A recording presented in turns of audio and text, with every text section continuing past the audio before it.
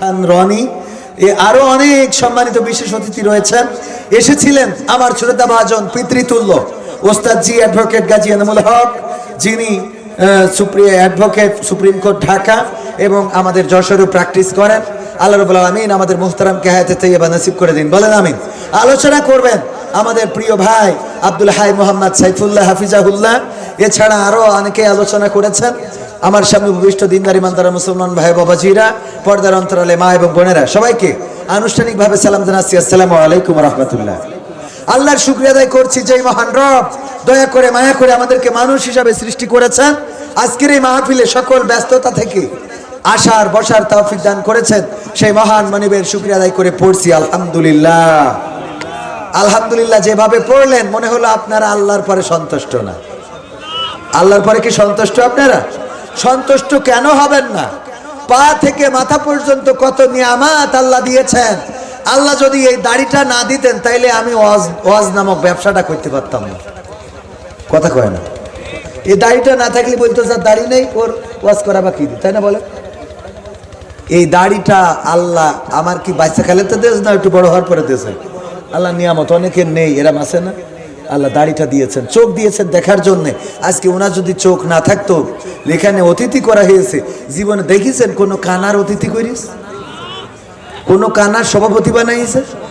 বরং কানার কয় তুই এখানে কেন, ওই পাশে যাই দাঁড়া, থাল একটা নিয়ে দেখবেন মাহফিলে সবাই আসে, কানা থাল একটা নিয়ে আল্লাহ আল্লাহ আল্লাহ, আছে না নাই? তাহলে আল্লাহ আপনারে যে অন্তত মাহফিলে চোখ দিয়ে বলি তো এসে বসেছেন, তা নাহলে রাস্তায় থাল নিয়ে পা টান টান করে বসে থাকতেন। তো সেই আল্লাহর শুকরিয়া আদায় করতে এতটাই কষ্ট লাগে, বলেন আলহামদুলিল্লাহ। আমি উদাহরণ দিতে যেয়ে বলি মাঝে মাঝে যে আল্লাহ যদি এমন কোন প্রাণী বানাইতেন, যেমন ধরেন যে সাপ, সাপ যদি বানাইতেন, যেই সাপ জীবনে কোনোদিন মানুষের কামড়ায় নাই, মানুষের অনিষ্ট করে নাই, বরং অন্য সাপদেরকে বুঝায় যে দেখ মানুষের জন্য কামড়াইস না, তোকে বিষ বলো খুবই ভয়ঙ্কর, এই কামড়ালি ওই বিষ মাথায় উঠে মরে যায়, এ করিস নি। এই সাপটাও যদি কোনোভাবে পথ ভুলে বের হয়, এই গ্রামে এমন আল্লাহর ওলি কিরা আছেন বলেন তো যে এই সাপের মারবেন না? কথা কয় না? ইমানদার সবচেয়ে আল্লাহওয়ালা, যে সবচেয়ে ভালো জিকির করে, পরহেজগার, সেই সাপটাও যদি দিনের বেলায় বের হয় তাও পিটাবেন। ওর অপরাধটা কি? কথা কয় না? ওর অপরাধ হইল সাপ। তাহলে আল্লাহ সাপ যদি বানাইতো তাইলে বারণ খেয়ে মরা তো লাগতো, মরার পরে আবার বলতো যে হাওয়া খেয়ে বেঁচে যাইতে পারে আগুনি পুড়া, দুনিয়ার পরেও জাহান্নামে পাঠাইতো। ঠিক না ভাই? ঠিক। আল্লাহ চাইলে সাপ বানাইতে পারতো না? শিয়াল, আমি বলি দেখেন শিয়াল, সব শিয়ালে কি মুরগি ধরি খায়? আবার সবার কি মুরগি আছে? সভাপতি ঢাকায় থাকে, ও মুরগি পোষবে কি? অথচ গ্রামে এইছে হঠাৎ ওনার সামনে একটা শিয়াল যাচ্ছে, মাজায় গামছা বাইন্দেই তো, হ্যাঁ হ্যাঁ একানি ধরি তো মুরগি, তুই তো মুরগি পুষিস না, তোর মাল্লিকা। কথা কয় না? যার মুরগি আছে সে না হয় তারটা ধরে খাবে, এই ভয়তে মেরেছে। আমাদের সভাপতির তো মুরগিই নেই, তা মারলো কেন? ওই যে শিয়াল। তাহলে আল্লাহ আমাদের যদি শিয়াল বানাইতো, বিনা কারণে ইট খাওয়া লাগতো। আবার দেখেন আমি চিন্তা করি আল্লাহ এদের কি সফটওয়্যার লোড করিতেছে, সুন্দর করে ইনস্টল করিতেছে যে তোরা খবরদার জন্য দিনের আলোতে বেরোবি না। বাচ্চা শিয়াল আমি এত খুঁজি, আমার সপসঙ্গীরাও জানে যে আমার একটা শিয়াল পুষার খুব শখ। পাখি পুষেছি, মুরগি পুষেছি, হাঁস পুষেছি, খরগোশ আমার বাড়ি আছে, বানরও পুষেছি। শিয়াল আমার একটা শখ, কুত্তাও পুষেছি। হরিণ আমার সার পোষে, ও হরিণের মেলা খরচ, ও পুষতে হবে, পুষে সরকারের দিয়ে দিতে হবে। তা যাই হোক, শিয়ালও নিয়ে যায়। ভাই ভালো কথা বলিস, আমার স্যারের আছে, দেখি যদি, আমার একটু শখের জায়গা থেকে বললাম। এই শিয়াল বাচ্চা আজ পর্যন্ত একটারও দেখলাম না যে কোনো জায়গা থেকে বের হইতে, মানে সফটওয়্যার আল্লাহ লোড করতেছে তুই বাচ্চা, তাই কি ও কোনোদিন ওর মার বলেনি যে মা তুই না হয় আমলিক করিস, আমি তো বিএনপির লোক। কথার কথা মানে ঠিক কথা না, যে তুই না হয় আমলিক করিস, তোর অসুবিধা আছে, অপরাধ আছে, তা আমি তো বিএনপির লোক, তা আমি এখন বেরোতে পারবো না। এই কথা বললেও কোনো বাচ্চা বের হয়েছে? এই নাই। তার মানে ওর মেমোরিতে হইলো যে আমরা যাই করি তাই করি, আমরা মুরগি স্যার, আমরা আর দিনের আলোতে বেরোনো যাবে না, তাহলে আমাদের বাড়ি টানা করি ফেলবে। কথা কি বোঝা গেছে? তাহলে আল্লাহর শুকরিয়া কেন আদায় করবো না বলেন তো? আরো যদি উদাহরণ দিই, মানে এইভাবে উদাহরণ দেবো, রাত শেষ হয়ে যাবে। আরো আরো আরো আল্লাহ কোরআনে বলে দিয়েছে, আমার নিয়ামতের কথা যদি তোমরা লেখো পৃথিবীর সব গাছ যদি কলম বানাও আর পৃথিবীর সব পানি যদি কালি বানাও, সব শেষ হয়ে যাবে, কিন্তু আমার নিয়ামতের কথা লেখা শেষ। সুবহানাল্লাহ বলবেন না? বলেন আলহামদুলিল্লাহ।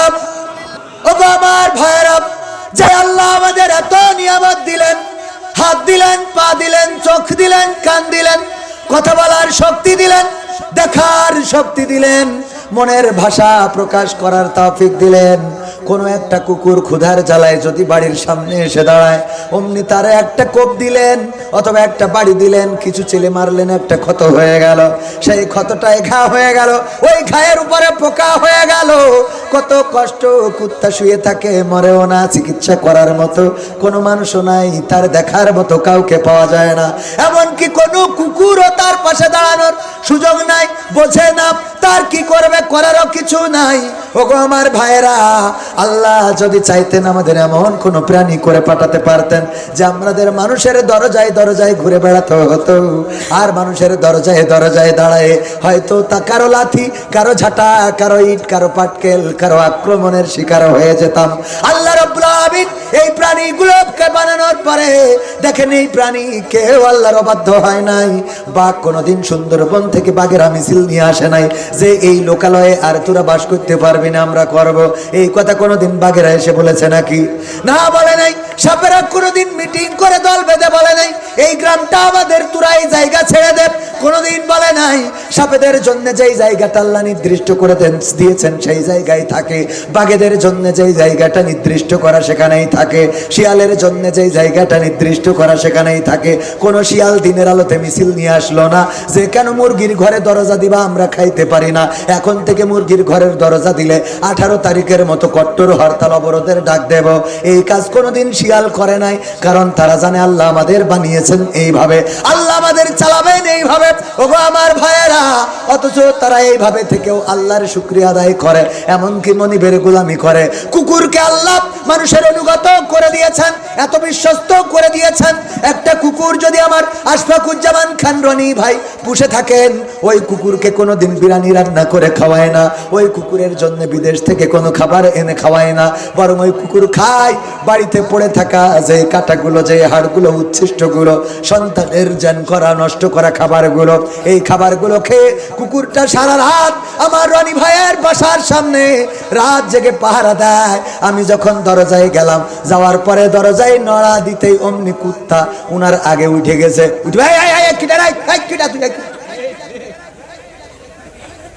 ঠিক না ভাই? ঠিক।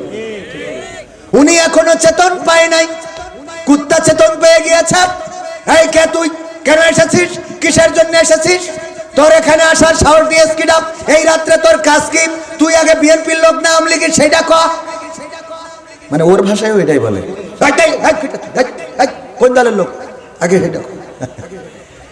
যদি আমি কিছু না বলে আবার দরজায় টুকা দিতে থাকি অথবা ঢুকার চেষ্টা করি, কুত্তা আমার দিকে এগিয়ে আসবে না, আসবে না?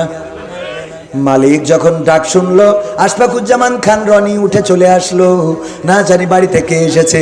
আসার পরে যদি দেখে কবির বিন সামাদ, আচ্ছা ঠিক আছে, বিএনপি জামাত এখন তো ফাইট চলছে ভালোই, চললেও অসুবিধা নেই, আমাদের সাথে ভালো সম্পর্কটা ভালো, এই জন্য কবির বিন সামাদ জামাতের লোক হলেও অসুবিধা নেই। আস্তে করে কুকুর, এই কুকুর একটা ধমকের পরে আর একটা বারের জন্যে আমার সাথে খারাপ আচরণ করবে? শুধু একটা ধমকে খারাপ আচরণ বন্ধ হয় না, আরো কিছু হয়। সেটা কি জানেন? ওই কুকুরটা খালি কাসুমাসু করতে থাকে, লেজ পাশার মধ্যে নিয়ে আস্তে করে বলে আমার ভুলেই গে, আমার ভুলেই গে, বলে না, বলে না, আমার ভুলেই। যতক্ষণ পর্যন্ত মালিক স্বাভাবিকভাবে না আসে ততক্ষণ পর্যন্ত ওর অপরাধ বোধ কাজ করতে থাকে যে আমার মালিক, আমি ভুল করে ফেলেছি, রং নাম্বারে ডাইল মারা হয়ে গেছে। ঠিক না বেঠে?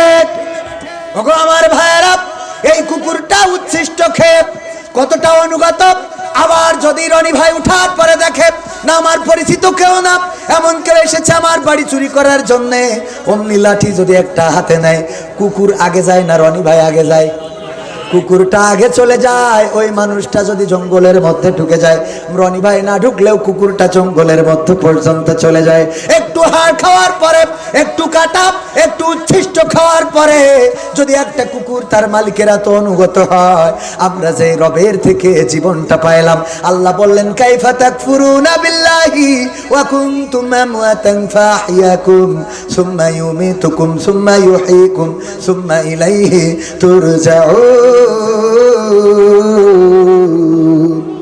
আমার আল্লাহ বললেন, ওগো আমার বান্দারা, কেমন করে তোমরা আমাকে ভুলে গেলে, আমাকে অস্বীকার কেমন করে করো, অথচ তোমরা ছিলে মৃত, তোমাদের কোনো জীবন ছিল না, তোমাদের কোনো আকার ছিল না, আকৃতি ছিল না। আমি আল্লাহ তোমাদের জীবন দিলাম, আকার দিলাম, আকৃতি দিলাম। আবার একদিন আমি তোমাদের মৃত্যু ঘটাবো, আবার একদিন আমি তোমাদের পুনরুজ্জীবিত করব। বেলা শেষে ফিরে যাওয়া লাগবে কার কাছে? কার কাছে? যে আল্লাহ আমাদের জীবন ছিল না, 1900 সালে জন্মগ্রহণ করেছেন এমন একজনও কি এখানে আছেন? 1900 সালে একজনও নাই। অথচ 1900 সালেও এই বাংলাদেশে মানুষ ছিল না, এই পৃথিবী ভর্তি মানুষ ছিল 1900 সালে জন্মগ্রহণ করা।